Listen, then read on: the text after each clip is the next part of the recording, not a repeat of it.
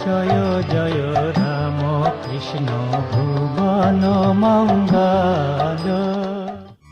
નમસ્કાર દર્શક મિત્રો, ફરી પાછા શ્રી રામકૃષ્ણ કથામૃતનું દોર આગળ વધારીએ છીએ। ગયે વખતે રામકૃષ્ણ દેવની સાથે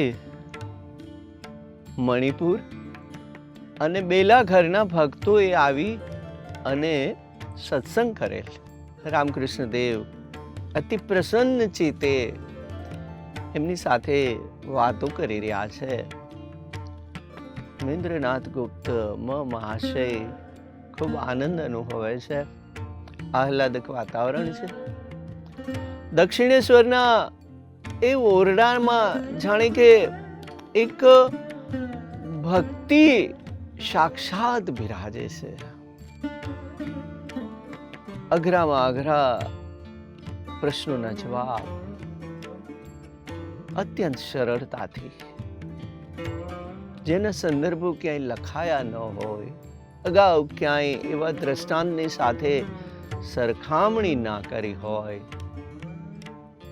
જેમ પહેલા ધોરણના વિદ્યાર્થીને એની સમજણમાં આવે એ રીતે, જેમ સારા ગુરુ સમજાવી દે એ રીતે રામકૃષ્ણ દેવ જિજ્ઞાસાવશ ભક્તોએ પૂછેલા પ્રશ્નનું નિરાકરણ કરી રહ્યા છે। આગળ જોઈ ગયા કે ભક્તિ માર્ગના યાત્રીને વધુ ને વધુ આગળ જવાની વાત કરે છે રામકૃષ્ણ દેવ, કે એક નિષ્ક્રિય કઠિયારો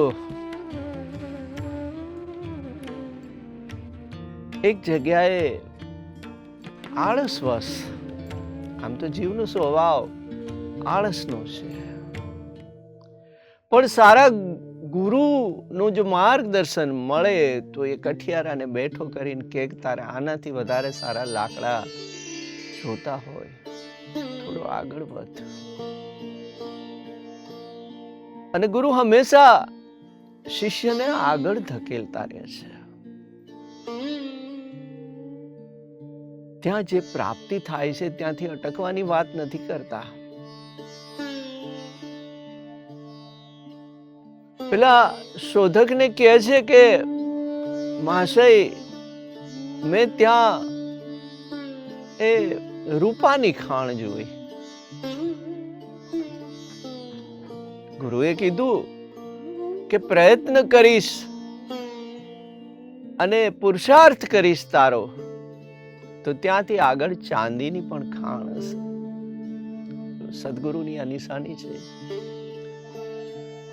સાધકના વિકાસની અંદર, સાધકના આધ્યાત્મિક માર્ગની અંદર ગુરુ હંમેશા માર્ગદર્શન આપે છે, એને અટકાવતા નથી। નવી જ ભૂમિ ઉપર, નવા જ દેશની અંદર ગંગા સતીએ કીધું ને કે હરિના દેશની ઓળખ કરાવું પાનભાઈ તમને, તો આગળ જતા એ ચાંદીની ખાણ, હજુ આગળ જા ગુરુ કહે છે, તને સોનાની ખાણ મળશે। હિરણ્ય ગર્ભની જે વાત છે, ત્યાંથી આગળ વધીશ તો હીરા માણેકની જે અપ્રાપ્ય વસ્તુ છે એ મરજીવાની માફક મહાસાગરની અંદર જો ગોતા લગાડીશ તો મુઠ્ઠીઓ સાચા મોતીથી ભરાઈ જશે। જરૂર છે શોધની, યાત્રાની, અવિરત સ્વાધ્યાયના પ્રમાદ। સ્વાધ્યાયમાં પ્રમાદની ના પાડે છે ગુરુ। સતત તોતાપુરી મહારાજ મળ્યા છે ત્યારે જે સંવાદ થયો છે કે પિત્તળના લોટાને રોજ ઉટકવું પડશે। સ્વાધ્યાય દ્વારા, સદગુરુના માર્ગદર્શન દ્વારા રામકૃષ્ણ દેવ જે બેલા ઘરના ભક્તો છે એની સાથે સંવાદ કરી રહ્યા છે કે અજ્ઞાની માણસની જે મનોદશા છે એ કેવી છે? તો કહે છે કે કાચી માટીના ઘરમાં રહેતું જે માણસની મનોદશા છે એ અજ્ઞાનીની છે. બહુ સહજતાથી કામારપુકુર અને બંગાળના એ જનપદમાં જઈએ તો જાડી દિવાલો, આપણે જે અહીંયા ભૂંગા હોય છે એ રીતે કામારપુકુરના પોતાના એક અલગ મકાનો હોય છે, માટીથી બનાવેલા. રામકૃષ્ણદેવ એનું દ્રષ્ટાંત આપ્યું છે કે અજ્ઞાનીની જે ભૂમિકા છે એ કાચી માટીના ઘરમાં રહેતા માણસની માનસિક ભૂમિકા છે. ભેજવાળી દિવાલો, ધૂંધળું, કઈ પ્રકાશને અવકાશ ન હોય, અંદરનું પણ માંડ સૂજતું હોય કાચી માટીના મકાનોમાં. એ માત્ર બહુ તો અંદરનું જોઈ શકે, અને એ પણ ધૂંધળું. રામકૃષ્ણદેવ કહે છે કે ભક્તિ માર્ગે ચાલતો સાધક જ્ઞાનની પ્રાપ્તિ કરે ત્યારે એવું લાગે કે જાણે કાચના મકાનમાં રહે છે. સહજતાથી બેયનો એમને ભેદ બતાવી દીધો, બેયની ભૂમિકા બતાવી દીધી કે અજ્ઞાની એ કાચી માટીના ઘરમાં રહેતો માણસ છે, અને જ્યારે જ્ઞાની ભક્ત છે એ કાચના ઘરમાં રહેતો, કાચની દિવાલોની આર પાર બધું જોઈ શકાય, અંદરનું અને બહારનું ટ્રાન્સપરન્ટ બની જાય માણસ. પારદર્શકતા આવી જાય જીવનની અંદર કે વાસ્તવમાં અંદર શું છે અને બહાર શું છે. એ પછી ધીરે ધીરે ધીરે સ્થિતિ સ્થાપકતાની ભૂમિકાએ પહોંચી જાય. બંનેની મૂલવણી થાય, અંદર અને બહારની, આંતરિક અને બાહ્ય બધા જ એ રહસ્યો એને પ્રાપ્ત થઈ જાય જ્ઞાન અને ભક્તિની પ્રાપ્તિ થતા સાથે. રામકૃષ્ણદેવને પ્રસન્ન કરવા માટે બેલા ઘરના ભક્તોએ જાગો જનની આજ અંતઃકરણ મેં એ કીર્તન ગાય છે. પ્રસન્ન થાય છે રામકૃષ્ણદેવ આ કીર્તન સાંભળીને. રામકૃષ્ણદેવ પ્રસન્ન રહે એવો પ્રયત્ન ભક્તો કરી રહ્યા છે. શબ્દો સાંભળી, જાગો જનની આજ અંતઃકરણ, માં તમે મારા અંતઃકરણમાં જાગો, મારા સળચક્રોને ભેદી તમારા દર્શન કરો. ગીત પૂરું થાય છે, કીર્તન પૂરું થાય છે. રામકૃષ્ણદેવ કહે છે કે જ્યાં સુધી જીવાત્મા એ માયાના રાજ્યની અંદર વિહરે છે ત્યાં સુધી એ ઈશ્વરની સાથે એકત્વ નથી પામતું. અને આ સળચક્રોને જ્યારે વિંધીને એક ઉચ્ચ ભૂમિકાએ જીવાત્મા પહોંચે છે ત્યારે ઈશ્વરનું સાનિધ્ય પામે છે. આપણે જેને ઈશ્વર દર્શન કહીએ છીએ એ વાત રામકૃષ્ણદેવ સમજાવી રહ્યા છે. કઈ રીતે આ વાત સમજાવી રામકૃષ્ણદેવે? તો રામાયણનો એક પ્રસંગ ઠાકુર વર્ણવે છે કે માં જાનકી, લક્ષ્મણજી અને ભગવાન શ્રી રામ એ વનવાસના દિવસોની અંદર નાની એવી કેડી ઉપર પ્રયાણ કરે છે. આગળ રામ છે, વચ્ચે માં જાનકી અને એની પાછળ લક્ષ્મણજી ચાલે છે. લક્ષ્મણ એક મુક્ત જીવનનું એક પ્રતીક છે. ઈશ્વરના સાનિધ્યમાં રહેવા માટે એ આતુર જીવની એક ભૂમિકાએ પહોંચેલા લક્ષ્મણજી છે. પણ તકલીફ એ પડે છે કે માં જાનકી વચ્ચે ચાલી રહ્યા છે. રામકૃષ્ણ દેવ સહજતાથી આ વાત કરે છે.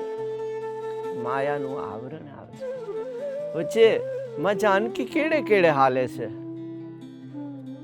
એટલે રામનું મુખારવિંદ, રામના એ મુખનું દર્શન નથી થતું લક્ષ્મણને, કારણ કે માયાનું આવરણ આવે. એટલે ઈશ્વરથી જીવ થોડો જુદો રહે. આ વાત રામકૃષ્ણ દેવને કેવી છે કે માયાના રાજ્યમાંથી જ્યારે આ જીવાત્મા નીકળી જાય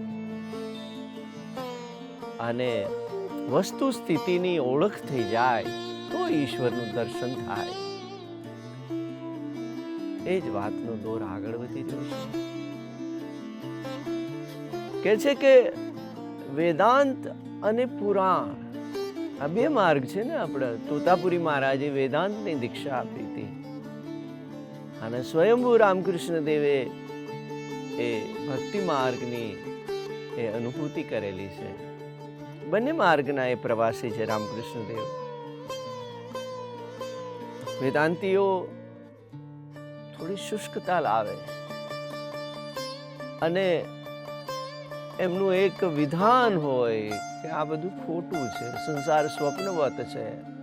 સમજવું અઘરું લાગે આપણને એમની વાતો, પણ વેદાંતીને આ જે ભક્તિ માર્ગી હોય એ બધું જ એમની દિનચર્યા હોય, નવધા ભક્તિના એ વિવિધ સ્વરૂપોની જેને ઓળખ હોય અને એ માર્ગે જે ભક્તિ માર્ગે ચાલતો હોય, પુરાણી ચાલતા હોય, તો એનાથી આ વેદાંતી થોડા જુદા પડે. અને એમાં એક એવો ભાવ હોય કે આ બધું ખોટું છે. તમે આ ધારો છો એવું મૂર્તિ ન હોય, આ તમે જે ક્રિયાકાંડ કરો છો એવું ન હોય. થોડાક શુષ્કતાને, કારણ કે એ સત્યની નજીક જવા માટેનો એનો જે પ્રયત્ન છે એ અલગ માર્ગ પર છે. પણ ભક્તિ માર્ગી કહે છે કે ના, અમને તો આ જ ગમે છે. પુરાણી કહે છે કે ના, અમને તો આ જ ગમે છે. નવદા ભક્તિને ભરેલો આખો એક વર્ગ છે. રામકૃષ્ણ દેવ આ વાત કહે છે કે જ્યાં સુધી હું પણાનો ભાવ હોય ત્યાં સુધી તમે સંસાર ખોટો છે એમ ન કહી શકો. આ સ્વપ્નવત છે એમ કહી ન શકાય. કારણ કે નરી આંખે દેખાતા આપણા જીવનના જે સમયનો ગાળો છે, જે દિવસો વીતે છે, આ ખાવું, પીવું, પહેરવું, ઓઢવું, હળવું, મળવું, આ પ્રસંગો એ બધું જ આપણે જોઈએ છે. તો હવે એને ખોટું કેમ કહેવું, સ્વપ્નવત કેમ કહેવું આપણે એને? કે નરી આંખે તમે જે કંઈ કરી રહ્યા છો,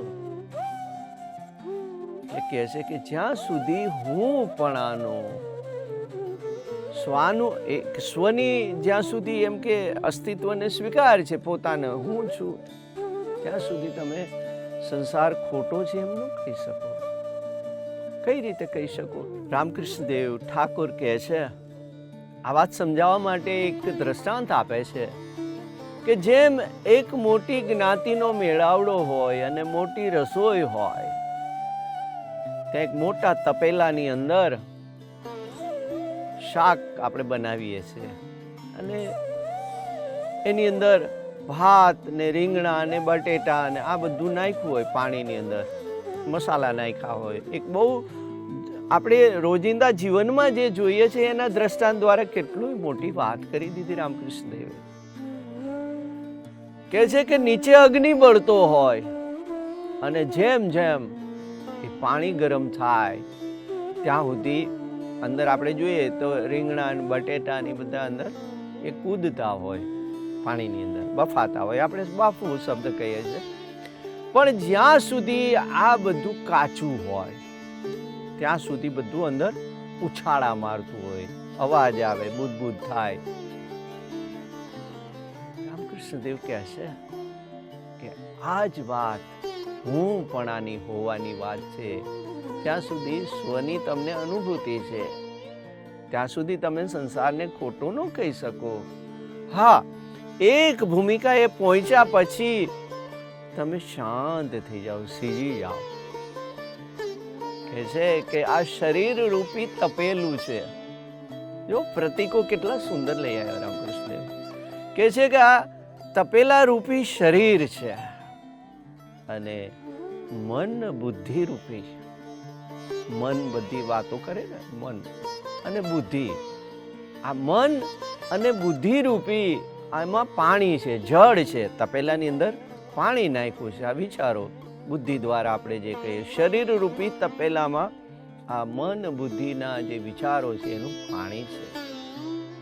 અને આ બટેટા, રીંગણા, ભાત, બીજા મસાલા શું છે? તો કે જીવાતા જીવનના જે વિવિધ વિષયો છે.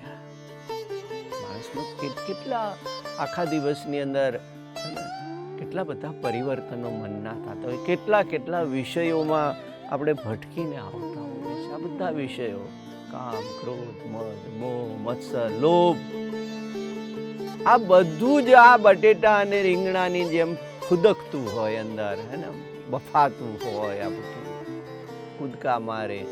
ત્યાં સુધી આપણે કેમ કહી શકીએ કે આ સંસાર ખોટો છે? હું પણ આનો જે ભાવ છે, તમે છો, હયાતી છે તમારી. હા, એ સીજી જાય. એને સદ અસદની બંનેની ખબર પડી જાય, પાકી જાય. એ સીજેલી વસ્તુનો અવાજ બંધ થઈ જાય, પાકી જાય. એક ભૂમિકાએ પહોંચી જાય છે. અને અગ્નિ કયો પડે છે નીચે? તો કે સચ્ચિદાનંદ રૂપી નીચે પાવક બળી રહ્યો છે. કેટલું અદ્ભુત રૂપ આપ્યું છે. તપેલું, શરીર રૂપી તપેલું, વિષયો રૂપી પદાર્થો, મન બુદ્ધિ રૂપી જળ અને સચ્ચિદાનંદ રૂપી અગ્નિ. આ સાતત્ય, આ સંસારમાં રહેનાર આ જીવ, કોઈ પણના જીવનની આ ઘટના છે. સીજી જાય ત્યારે શાંત થઈ જાય, અવાજ આવતો બંધ થઈ જાય. પણ એટલે જ આ ભક્તિ માર્ગી કહે છે કે એની કૃપા હોય ને, દરવાન એમ કહે ને કે શેઠનો હુકમ હોય તો આવો હું દરવાજો ખોલી દઉં તમને અને તમે પ્રવેશો. શેઠ હુકમ ન કરે ત્યાં સુધી પ્રવેશી ન શકાય. દેખાડું હરી કેરો દેશ. શેઠનો હુકમ થાય તો એ દરવાન દરવાજો ખોલી શકે. અને આ રહસ્યો, અનંતના રહસ્યો, જ્યોતિર્લોક, હિરણ્યમય ગર્ભના અદ્ભુત દ્રશ્યો, દરવાનને શેઠનો હુકમ હોય તો આ બધું માણી શકે. એટલે ભક્તિ માર્ગી કહે છે કે આ તો મોજની કુટીર છે. સંસારમાં રહીને તમે ભક્તિ માર્ગની એ ઊંચાઈએ પહોંચો તો આ મોજની કુટીર છે. આપણે જે પુરાણી ને ભક્તિ માર્ગને આપણે શ્રીમદ ભાગવતનું આયોજન કર્યું હોય એટલે પ્રસંગો ઉજવીએ આપણે, એને કે ભાઈ આ રૂક્ષ્મણી વિવાહ છે, આજે રાધા કૃષ્ણના જન્મોત્સવ કરે. આમ તો એ પ્રતિકાત્મક સંસારમાં રહેતા હોય, દસમ સ્કંદનો પ્રસંગ ચાલતો હોય, સારા મજાના ભાગવતકાર હોય અને વર્ણન કરતા હોય તો એમાં એક નંદ બાવા થાય ને એક દેવકીજી થાય ને એ જેલના દ્રશ્યો ને આ બધું શું છે કે મોજની કુટીર છે. આના દ્વારા ઈશ્વરની પ્રાપ્તિ કરી લ્યો ને અનુભૂતિ તો થાય. દર્શકો જોવે એટલે એ પહોંચે છે તો એ છેક દ્વાપર સુધી વયા જાય, હે ને, કે આ તો આ જ વાત હતી. દ્રશ્ય દ્વારા પ્રસંગો ઉજવીને સારો તાલ વાગતો હોય, સારા કીર્તન કરાવતા હોય એટલે બહેનો પણ કડતાલ લઈ અને એ વ્યાસપીઠની સામે નૃત્ય કરે. અને મોજની કુટીર છે, ભાવ જગત છે આ તો બધું. તો એને ભક્તિ માર્ગને આપણે ખોટું કેમ કહી શકીએ? વેદાંતિ કહે છે કે આ બધું ખોટું છે, પુરાણીઓ કહે છે, ભક્તિ માર્ગીઓ કહે છે કે ના, સત્ય છે. એટલે રામકૃષ્ણદેવ કહે છે કે બંને માર્ગો એટલા જ મહત્વના છે. પણ આ વાતની દ્રઢતા માટે રામકૃષ્ણ દેવે કહે છે કે ભક્તિ માર્ગની અંદર શક્તિઓનું એ ઓછું વધતું થઈ શકે. ભક્તિ માર્ગ અવતારોની વાત કરે તો આપણને ઘણીવાર એવું લાગે કે જ્યારે રામાયણના પ્રસંગ ચાલતા હોય, શ્રીમદ ભાગવતના 10મ સ્કંદના પ્રસંગ ચાલતા હોય, તો જે અવતાર શરીર ધારણ કરી અને અવતાર કાર્ય કરી રહ્યા છે એની વાત રામકૃષ્ણ દેવ સમજાવે છે કે જે અવતાર છે એમાં તમને શક્તિના પ્રમાણની અંદર વધઘટ લાગે, કારણ કે અવતારનું કાર્યક્ષેત્ર તો બહુ વિશાળ છે, પણ એ જ રામ જે રાવણનો વધ કરે છે એ જ રામ માં જાનકીજીના વિરહની અંદર રોતો લાગે. આપણે રોતા હોય, રામ રોવે ત્યારે આપણને કેવું લાગે કે આ તો અવતાર છે કે સામાન્ય માણસ છે? પણ એ રામ ભક્તોનું રંજન કરવા માટે આ બધી ક્રિયાઓ કરે છે.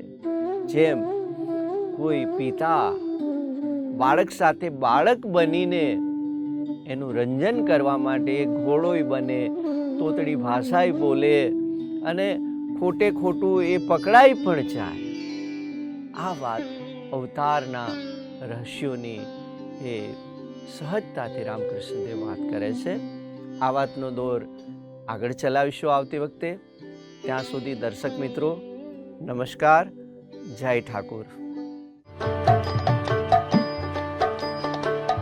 জয় জয় রাম কৃষ্ণ ভুবন মঙ্গল।